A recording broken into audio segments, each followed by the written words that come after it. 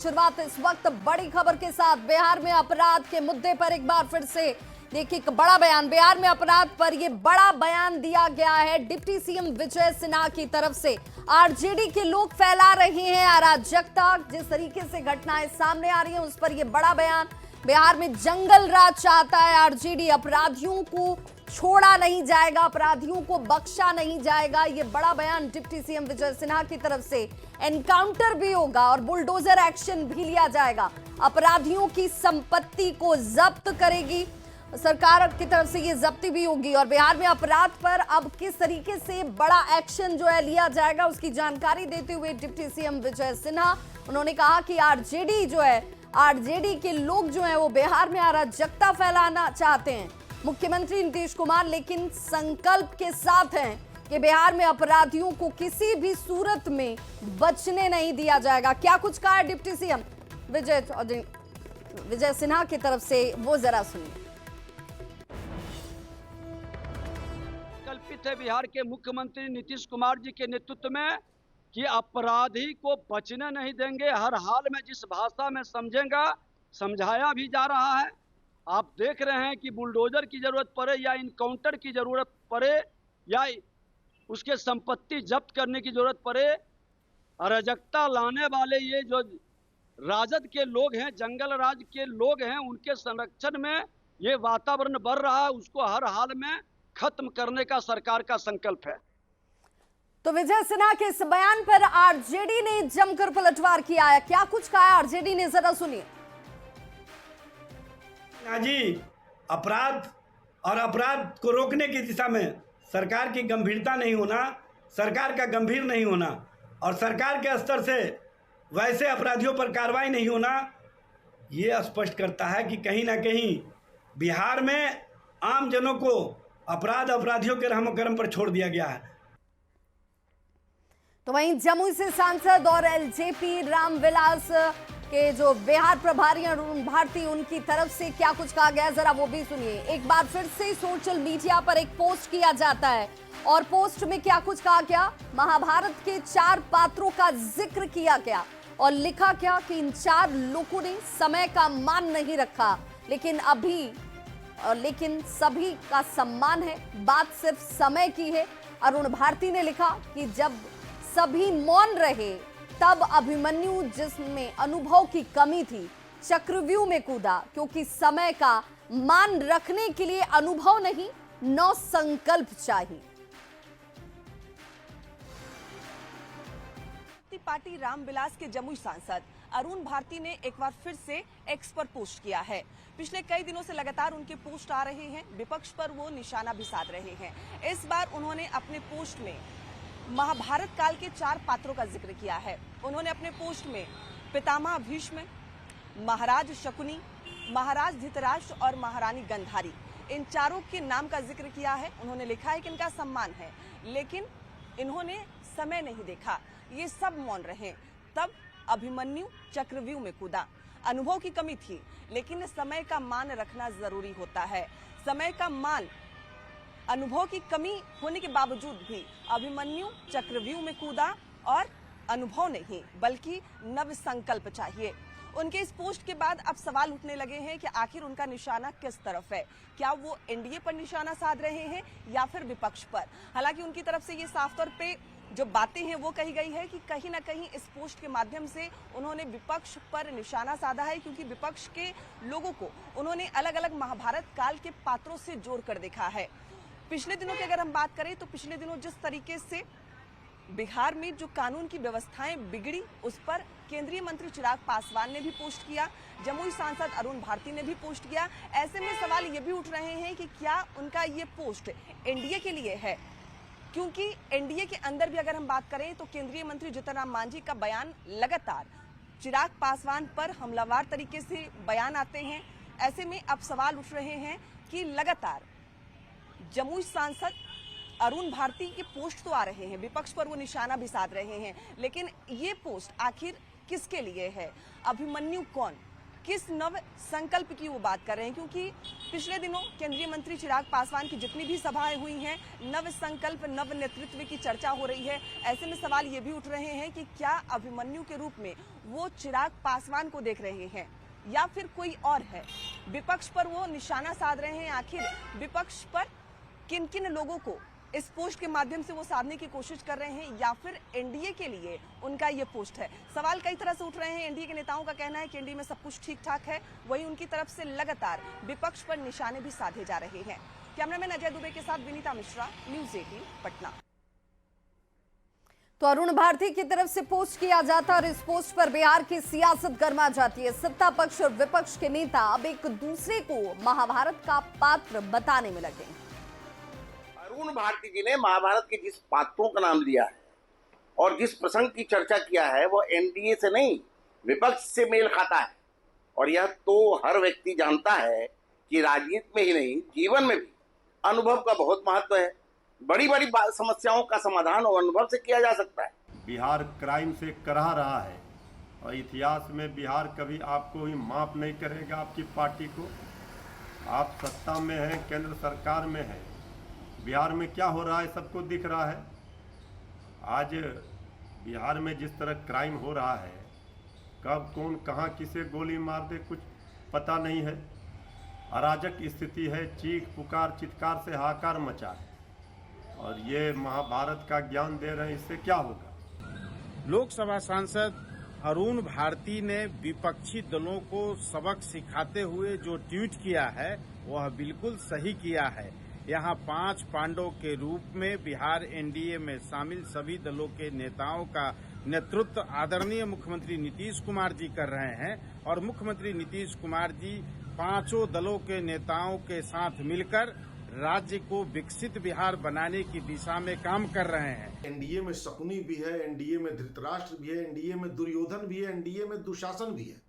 वो बात अब खुद एनडीए के लोग भी स्वीकार करने लगे, इसका स्वागत होना चाहिए। अरुण भारती जी ने बिल्कुल सच्ची बात जनता के सामने रख दी है। अब रही बात अभिमन्यु की, तो भैया जब आप जानते हैं कि वहां छल कपट का व्यूह रच के अभिमन्यु को मारा जा सकता है, तो उन छली और कपटियों का साथ छोड़िए। बिहार में विधानसभा चुनाव की रणनीति पर मंथन के लिए दिल्ली में आज कांग्रेस की बड़ी बैठक होने जा रही है, जिसमें सीटों के बंटवारे के फॉर्मूले पर भी चर्चा की जाएगी। बैठक में पार्टी के राष्ट्रीय अध्यक्ष मल्लिकार्जुन खड़गे और राहुल गांधी के साथ ही बिहार कांग्रेस प्रभारी कृष्णा अल्लावरू और प्रदेश कांग्रेस अध्यक्ष राजेश राम के अलावा कई बड़े नेता शामिल होने वाले हैं। 2 दिन पहले पटना में तेजस्वी यादव के आवास पर इंडिया गठबंधन की बैठक हुई थी, जिसमें सीट बंटवारे और घोषणा पत्र के मुद्दे पर चर्चा की गई। अब ये माना जा रहा है कि आज की कांग्रेस की इस बैठक में पार्टी नेतृत्व बिहार में सीटों के फॉर्मूले पर नेताओं की राय लेगा।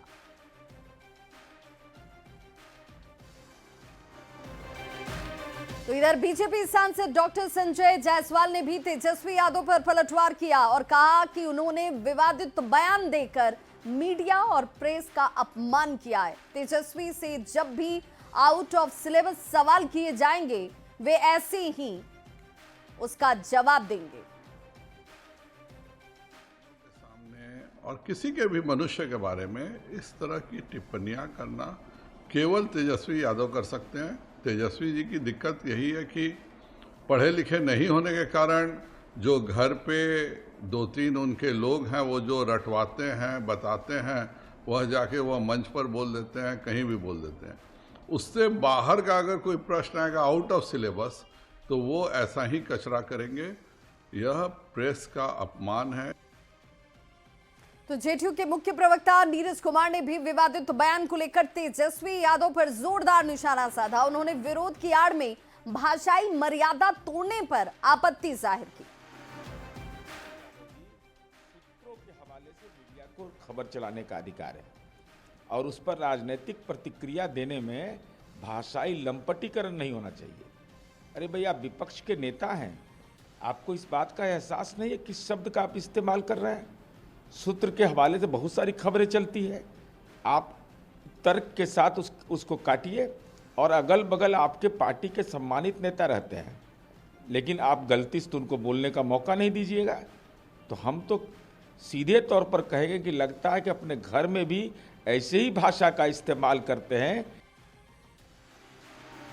बिहार में जारी मतदाता सत्यापन अभियान में बड़ी संख्या में विदेशी नागरिकों के पास मतदाता पहचान पत्र, आधार कार्ड और राशन कार्ड होने की खबर के बाद बिहार की सियासत में भूचाल मचा है। अब बिहार के पथ निर्माण मंत्री नितिन नवीन ने विपक्ष के नेताओं से पूछा कि क्या उन्हें अपने देश की जनता पर भरोसा नहीं है और विदेशी नागरिकों के प्रति इतनी हमदर्दी आखिर क्यों जाहिर किया जा रहा है।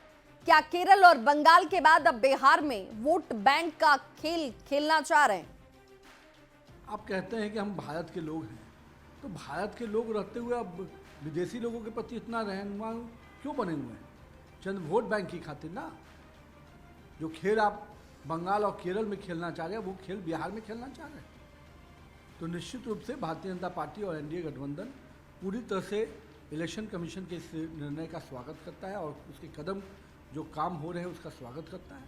और हम निश्चित रूप से चाहेंगे कि ऐसे जो भी विदेशी लोग भारत की ज़मीन पर रहकर यहाँ की नागरिकता वोटर आईडी के माध्यम से लेने का प्रयास कर रहे हैं, निश्चित रूप से उसको रोका जाए और ऐसे व्यक्ति को चिन्हित करके निश्चित रूप से भारत की सीमा के बाहर होना चाहिए।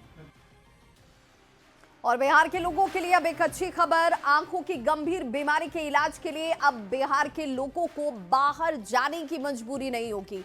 जल्द ही उन्हें जो सुविधा है वो पटना में ही हासिल होने वाली है। मुख्यमंत्री नीतीश कुमार ने शंकर नेत्रालय की शाखा का शिलान्यास कर दिया है। कंकड़बाग में आंखों का ये अस्पताल बनेगा और शिलान्यास के मौके पर सीएम नीतीश कुमार के साथ ही दोनों डिप्टी सीएम सम्राट चौधरी और विजय सिन्हा भी मौजूद रहे। का शिलान्यास और वो भी सोमवार के दिन, सावन माह के प्रथम सोमवारी को बिहार के मुख्यमंत्री के कर कमलों से बदलते बिहार, बढ़ते बिहार, विकसित बिहार, डबल इंजन की सरकार का स्पष्ट झलक दिखाई पड़ रहा है। बिहार के अंदर आज तमाम वो सारे विकसित बिहार के लिए जो आधार चाहिए, स्वस्थ रहने का सारे कार्य का शुभारंभ बिहार में हो रहा है। हृदय से बधाई प्रधानमंत्री, मुख्यमंत्री जी को और जगत गुरु शंकराचार्य के द्वारा जो ये मानवता की सेवा के लिए शुरू किया गया है, उनका कोटि कोटि नमन और अभिनंदन। आज बिहार के मुख्यमंत्री नीतीश कुमार ने अपने आवास पर पौधारोपण किया। उन्होंने सीएम हाउस में कई जगहों पर पौधे लगाए और लोगों को पर्यावरण संरक्षण का संदेश दिया। इस दौरान उप मुख्यमंत्री सम्राट चौधरी सहित कई अन्य लोग भी वहां मौजूद रहे।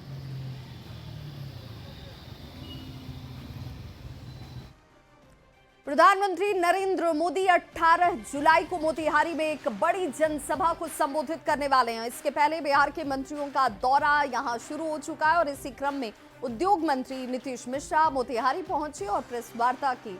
उन्होंने कहा कि बिहार अब तेजी से बदल रहा है, जहां उद्योग लग रहे हैं। उन्होंने कहा कि बेहतर सड़क, जल और वायु मार्ग से कनेक्टिविटी यहां मजबूत हुई है।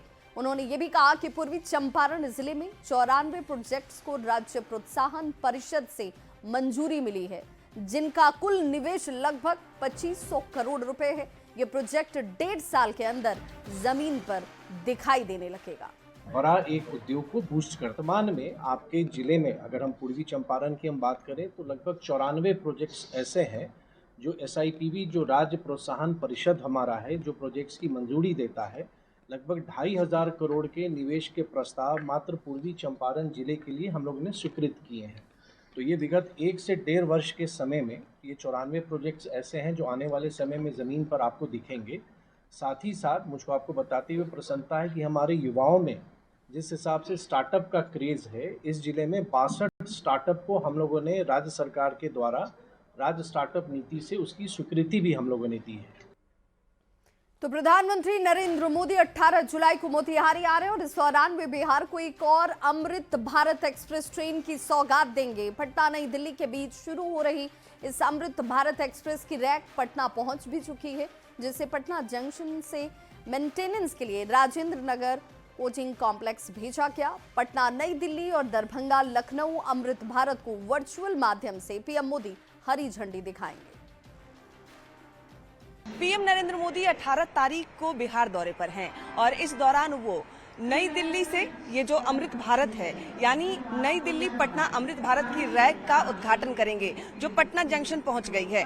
ये जो तस्वीर आप देख रहे हैं अमृत भारत एक्सप्रेस की, जो पटना जंक्शन पर है, और इसे प्लेटफॉर्म 1 नंबर के ट्रैक पर रखा गया है और अब इसे राजेंद्र नगर कोचिंग कॉम्प्लेक्स भेजा जा रहा है, जहां पर इसका मेंटेनेंस किया जाएगा और इसे पीएम नरेंद्र मोदी हरी झंडी दिखाकर रवाना करेंगे। नई दिल्ली और दरभंगा लखनऊ अमृत भारत को वर्चुअल माध्यम से वो हरी झंडी दिखाएंगे और उसके मद्देनजर इसकी जो तैयारी है वो शुरू कर दी गई है। राजेंद्र नगर कोचिंग कॉम्प्लेक्स इसे भेजा जा रहा है ताकि 1-2 दिनों में इसे मेंटेनेंस किया जाए और उसके बाद 18 जुलाई को इसका उद्घाटन किया जाएगा। इसके अलावा भी कई और सौगात पीएम नरेंद्र मोदी देने वाले हैं। इस जो ट्रेन की तस्वीर आप देख रहे हैं, इसकी रफ्तार 130 किलोमीटर प्रति घंटे की रफ्तार है। ट्रायल रन के बाद मार्ग की स्थिति के अनुसार इसे औसतम रफ्तार इसकी तय होगी और 18 जुलाई को पीएम नरेंद्र मोदी इसका उद्घाटन करने वाले हैं। पाटलिपुत्र कोचिंग कॉम्प्लेक्स में 283 करोड़ की लागत से बनने वाले वंदे भारत एक्सप्रेस के रख रखाव स्थल का शिलान्यास भी वो करने वाले हैं और उसके मद्देनजर ये देख सकते हैं कि जो अमृत भारत का जो रैक है वो पटना जंक्शन पर पहुंचा हुआ है और फिलहाल इसे राजेंद्र नगर कोचिंग कॉम्प्लेक्स रवाना किया जा रहा है, जहां पर इसका मेंटेनेंस होगा और उसके बाद इसका उद्घाटन पीएम नरेंद्र मोदी 18 तारीख को करेंगे, जब वो बिहार दौरे पर होंगे और इसके अलावा कई और सौगात वो बिहार को देने वाले हैं। कैमरामैन अजय दुबे के साथ विनीता मिश्रा, न्यूज़ 18 पटना। और बड़ी खबर इस वक्त आ रही है पटना से, जहां पर पुलिस और अपराधी के बीच मुठभेड़ हुई है। गिरफ्तारी के दौरान भागने की अपराधी कोशिश कर रहा था, भागने के दौरान ही एनकाउंटर हुआ। रानी तालाब थाना इलाके का ये मामला, एक अपराधी को पैर में गोली भी लगी है। लूट सहित कई मामलों में ये शख्स वांटेड था। एक अपराधी को बताया जा रहा है कि इसी भागने के दौरान पैर में गोली लगी और काफी लंबे वक्त से कई मामलों में इस वांटेड अपराधी की तलाश जारी थी। बड़ी खबर बेगूसराय से, जहां अपराधियों का तांडव दिन दहाड़े देखने को मिला है, जहां पर 2 युवक को गोली मारी गई है। एक युवक की मौत हो गई है जबकि दूसरा युवक घायल बताया जा रहा है। गंभीर हालत में सदर अस्पताल में दूसरे युवक को इलाज के लिए भर्ती करवाया गया। लोहिया नगर के बाघा की ये घटना है। बताया जा रहा है कि दोनों युवक जो हैं आपस में दोस्त थे और बागीचे में बैठे हुए थे, जिस दौरान अपराधियों ने ताबड़तोड़ फायरिंग की, जिसमें एक युवक की मौत हो चुकी है। रोते बिलखते परिजन तस्वीरों में आपको नजर आ रहे होंगे, जबकि दूसरा जो दोस्त है वो इस वक्त जिंदगी और मौत के बीच जूझता हुआ। तो अपराधियों का तांडव दिन दहाड़े देखिए किस तरीके से देखने को मिला है, जहां पर 2 दोस्त बागीचे में बैठे हुए थे, इसी दौरान ताबड़तोड़ फायरिंग की गई। संवाददाता संतोष कुमार ज्यादा जानकारी के साथ फोन लाइन पर बेगूसराय से जुड़ गए। संतोष, इस घटना के पीछे क्या वजह सामने आ रही है? क्यों अचानक से अपराधियों की तरफ से इस जगह पर फायरिंग की जाती है?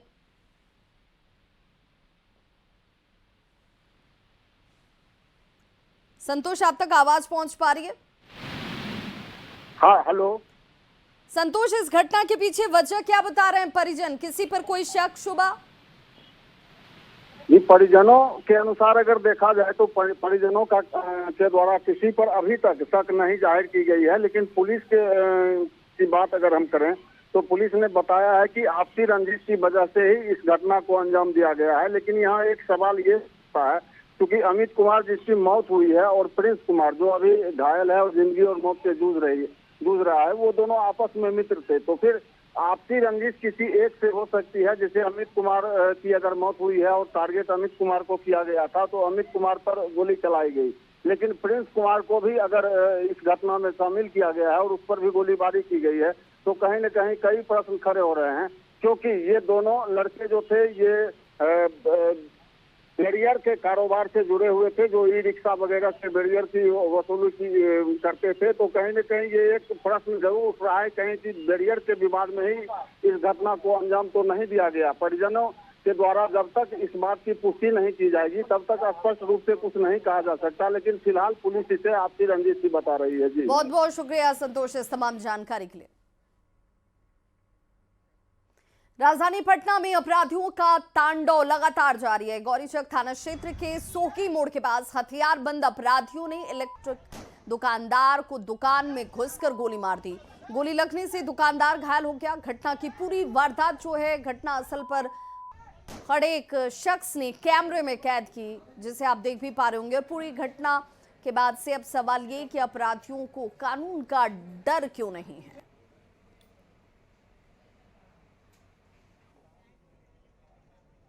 तो इस बुलेटिन में बस इतना ही, लेकिन न्यूज़ 18 बिहार झारखंड